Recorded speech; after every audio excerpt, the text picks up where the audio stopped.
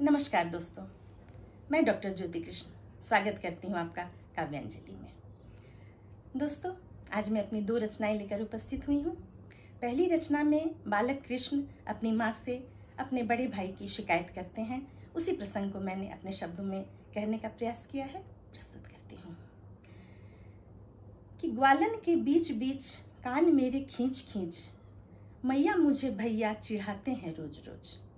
ग्वालन के बीच बीच कान मेरे खींच खींच, मैया मुझे भैया चिढ़ाते हैं रोज रोज। नंद बाबा गोरे और माँ यशोदा गोरी मुझे श्याम वर्णी कहकर बुलाते हैं रोज रोज। नंद बाबा गोरे और माँ यशोदा गोरी मुझे श्याम वर्णी कहकर बुलाते हैं रोज रोज।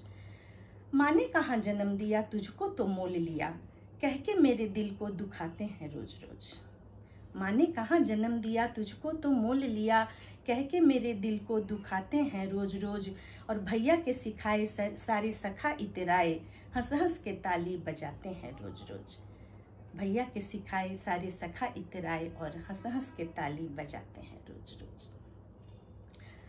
और दोस्तों, इस दूसरी रचना में मैंने जब श्री रामचंद्र जी वन चले गए तो उनके जाने के बाद अयोध्या कैसी सूनी हो गई, इस बात को 4 पंक्तियों में मैंने कहने का प्रयास किया है, प्रस्तुत करती हूँ। सीता और लखन संग राम गए वन जब, तब रह गई बस नाम की अयोध्या। सीता और लखन संग राम गए वन जब, तब रह गई बस नाम की अयोध्या। जन जन थे विकल शोक में था महल, कैसे सुहाती बिना राम की अयोध्या। जन जन थे विकल शोक में था महल, कैसे सुहाती बिना राम की अयोध्या।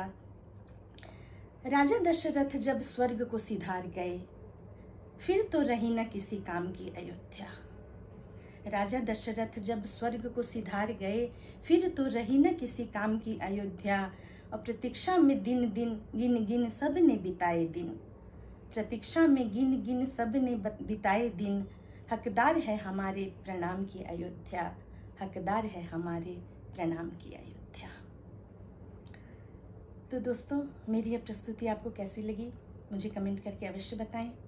मिलते हैं अगले वीडियो में एक और नई रचना के साथ। तब तक के लिए नमस्कार, जय हिंद।